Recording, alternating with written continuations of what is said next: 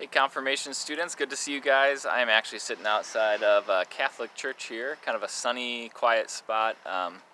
It's been a hard day to find somewhere to record because everywhere I go outside, there's people, and it's a beautiful day. It's in the 60s, so I hope you guys are enjoying it too. Let me give you just a quick update on where we're at. As far as confirmation goes, it is the 26th of April right now. And we are aiming for either the end of May, like May 31st, or maybe sometime in early June. We obviously don't know, but that would be theoretically or possibly Confirmation Sunday. So I'm just trying to give you guys a timeline for when you need to complete these videos. Some of you guys are really pretty far behind, and so I'm just saying it just to state it how it is. And so you guys need to catch up here in the next month, watching videos, responding to videos. Here this week, I'm going to need to talk to you guys. I'll send out an email to your parents just about how to finish up sermon responses, which you can listen to our sermons on our website and then respond to those and email those to me. But I'll give you some more details about that this week. But just letting you guys know, the finish line is coming. If you guys want to be confirmed, you need to finish up your stuff here in the next 4 to 5 weeks so that when we have Confirmation Sunday, if and when, we will have it at some point, but whenever that is, you guys will be ready to go. Now, today we're like coming right down to the end. Today is baptism and confirmation is what we're learning about. So I'm going to try to make it quick for you guys, but the big point is this. Confirmation is something that you guys need to want to do. So baptism is something that most of you are baptized. I know at least one of you is not, and we've had that often. Most years actually we have somebody who's not been baptized yet, and so we baptize you on Confirmation Sunday. But baptism for most of you happened when you were a baby, and so your parents chose for that to happen for you. And confirmation is something that happens here in 8th grade, and it's something that you decide to do. So we're going to talk about that, but I bring it up because some of you guys are far behind, or you might think about finishing up confirmation next year if you want to. I'm not saying you should do that, but that's something you could do if you're not ready. The other thing is it's something that you're making a vow, you're making a pledge. You're saying that you're going to be doing these different things, and we're going to go through that. I would just encourage you guys not to take that lightly. We make a lot of vows and pledges in our life. Some are more important than others, and so I want you guys to think and to pray about the things that we're going to affirm as a part of our confirmation, and I want you guys to actually want to do that. And if that's where you're at, then I think you guys should get confirmed. But you guys don't need to feel ashamed or bad if you're not there. In my time here, this is year 5 now, I believe, of my time here. We never had anybody say, I don't want to be confirmed after going through it. Usually if you go through confirmation, you start it, you go through the year.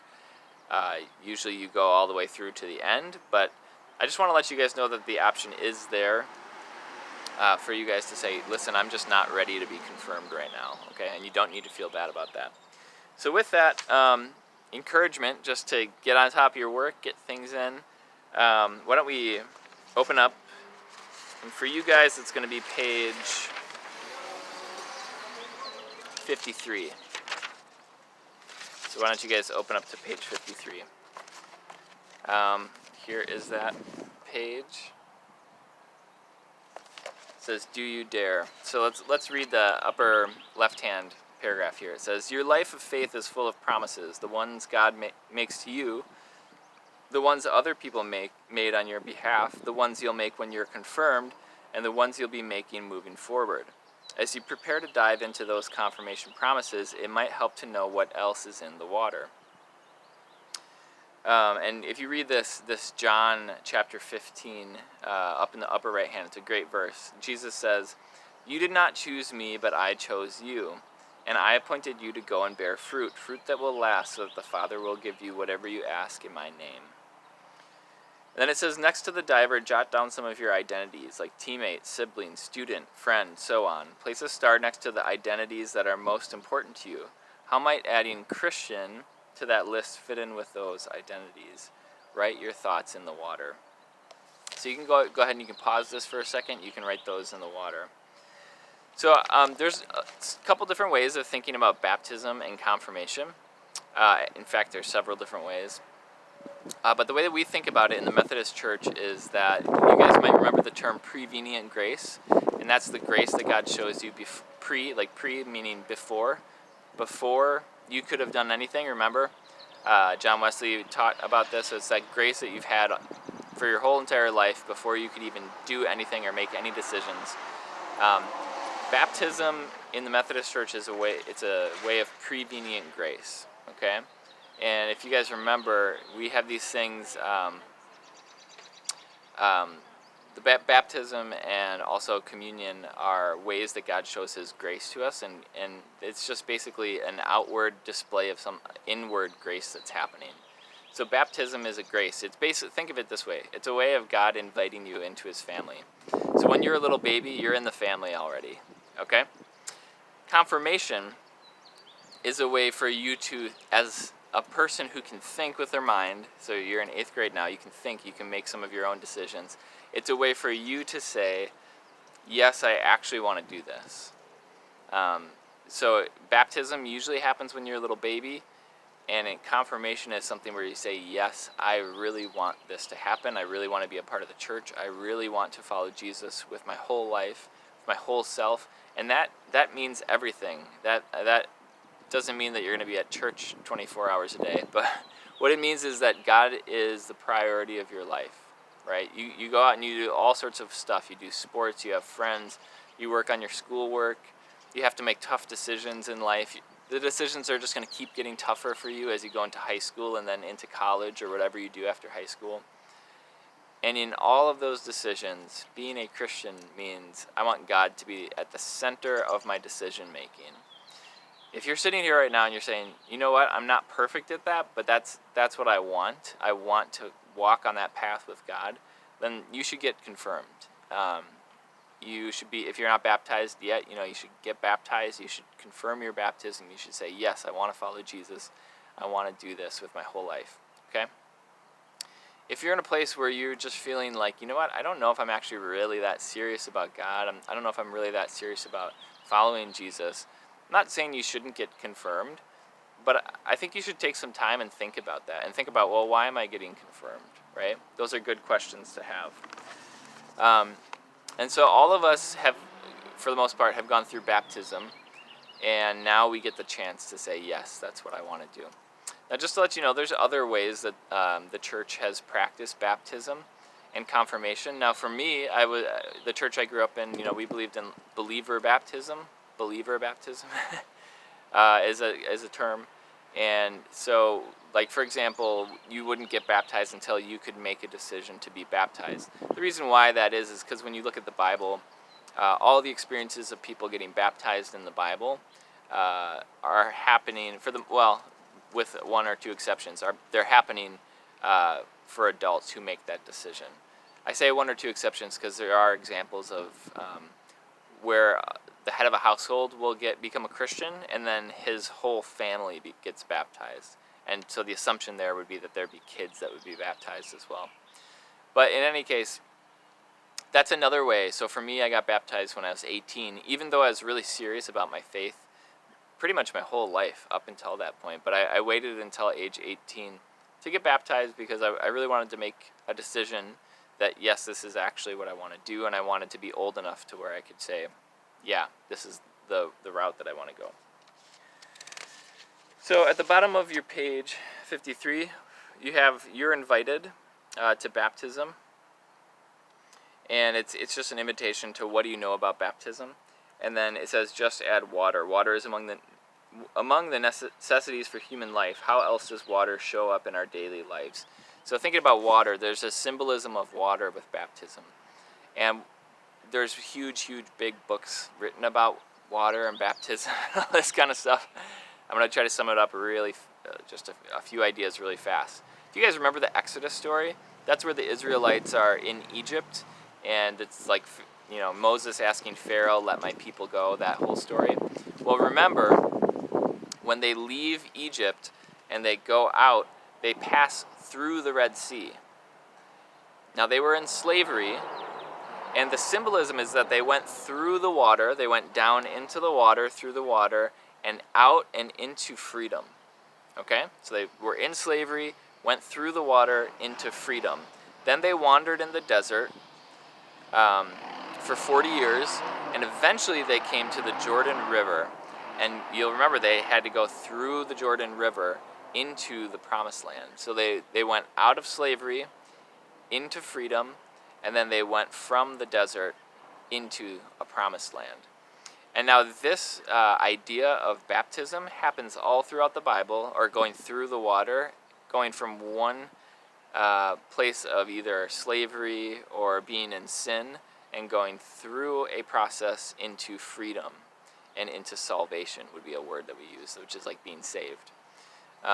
Think about Jesus. He got baptized by John the Baptist.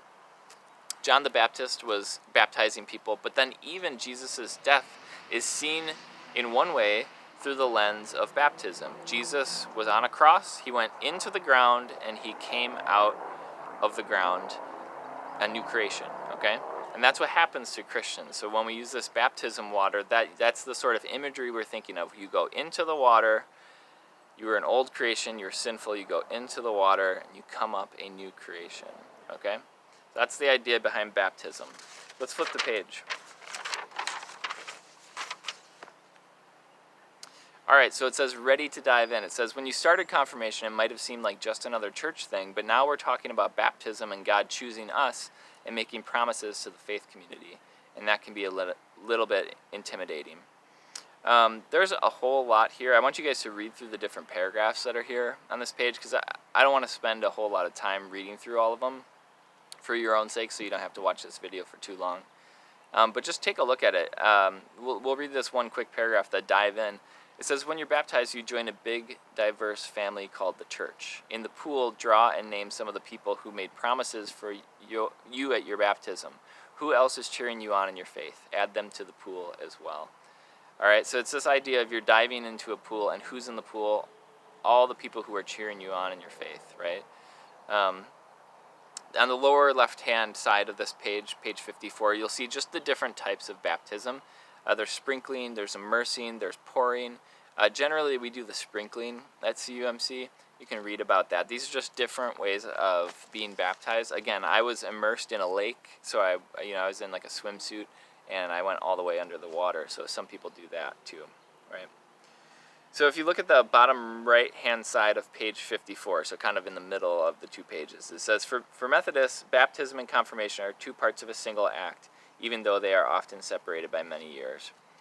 And you'll see these are both sacraments. These are a way of receiving God's grace. On the right-hand page, there's information about not being ready, so I'll just reiterate to you guys, if you're not ready, take some time, think about it, pray about it. I encourage you you can email me, you can call me, you can text me. You can also talk to your parents about it too, and they can contact me as well if you need to.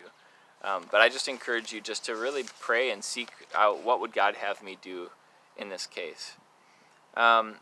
And then we're just going to end with this, okay? So this is the bottom right-hand part of page 55. It says, the sacrament of baptism involves making promises about the baptized person, how the baptized person will respond to the love of God. So these are the three things that during the confirmation service coming up hopefully in about a month, maybe a little bit later than that, here's what you will be saying. Pastor Don will be asking you, do you renounce the forces of wickedness, reject the evil powers of this world, and repent of your sin? Okay? That's the first question. So rejecting evil powers, repenting of sin means turning away from sin, right? Number 2, do you accept the freedom and power God gives you to resist evil, injustice, and oppression? Think back on the Egypt, right? We were living in the land of slavery, in the land of evil, in the land of sin, but we've gone through the Red Sea, we've come out the water, and now we're in freedom. So don't go back living that way anymore, right? Paul in the book of Romans, if you want to hear more about this, he talks about this in the book of Romans. He says, listen, you put sin to death, you're a new creation, don't go back living like you're an old creation, right? And then the number 3, do you confess Jesus Christ as your Savior, put your whole trust in His grace, and promise to serve Him as your Lord in union with the church, which Christ has opened to people of all ages, nations, and races? Is He your Savior? Do you put your whole trust in Him and His grace, and promise to serve Him as your Lord? Okay, so again, these are some pretty big promises, some pretty big things that you're saying by saying, yes, I want to be confirmed. I'm saying I want to be a Christian. I want to follow Jesus. That's something that I want to do. It's not something my parents are telling me to do. It's not something that just my friends are doing and that's why I'm doing it. But I'm doing it because I really want to do it. Okay? All right, so I hope that this has been encouraging to you guys. I hope you guys feel just inside that you're ready for this. And I think that you guys are ready for this. And I'm just proud of where you guys have come. So in the next 4 weeks, let's really work hard, okay? Let's get done. In fact, what I think I'm going to need to do is just send out a list of all the things that you guys know exactly what each and every one of you needs to get done here in the next month. You guys have a lot of time at home to be able to work on this stuff. So, all right, great to see you guys. Well, I'm not seeing you, but it's good to virtually see you. And hopefully I'll see you soon. Bye.